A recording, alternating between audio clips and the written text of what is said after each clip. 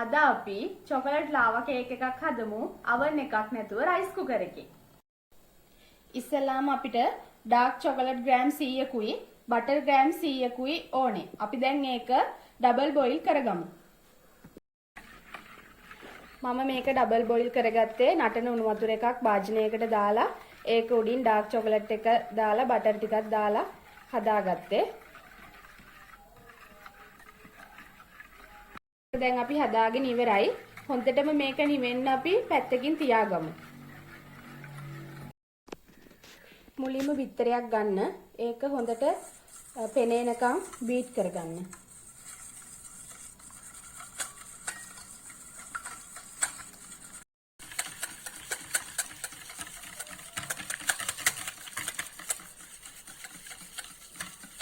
දැන් අපි මේකට සීනි ග්‍රෑම් 50ක් එකතු කරගන්නවා.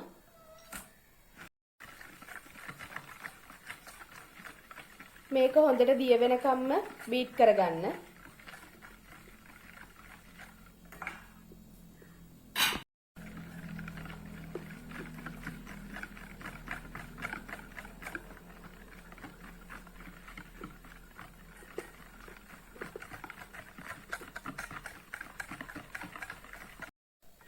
අපි මේක බීට් කරගෙන ඉවරයි. ඊළඟට අපි නිවාගත්ත හොඳටම නිවාගත්ත චොකලට් එකයි බටර් එකයි මේකට එකතු කරගන්නවා.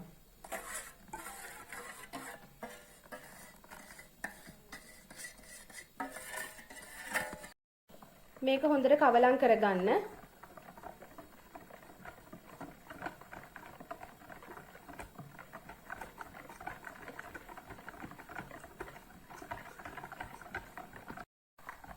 ඊළඟට පාන් පිටි ග්‍රෑම් 50ක් ඕනේ.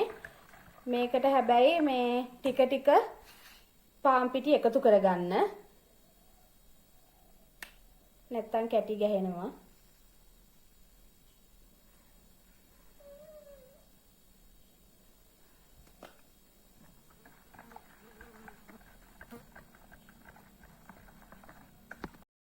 අපි ඊළඟ පාන් පිටි ටිකත් එකතු කරගත්තා. ඒකත් අපි දැන් හොඳට කවලම් කරගමු.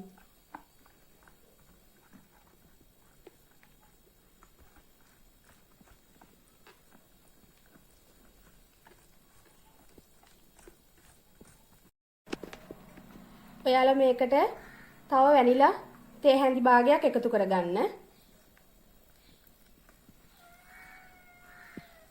අපි දැන් මේ හදාගත්ත කේක් ටික රයිස් කුකර් එකේ විනාඩි 8ක් ස්ටීම් කරගමු.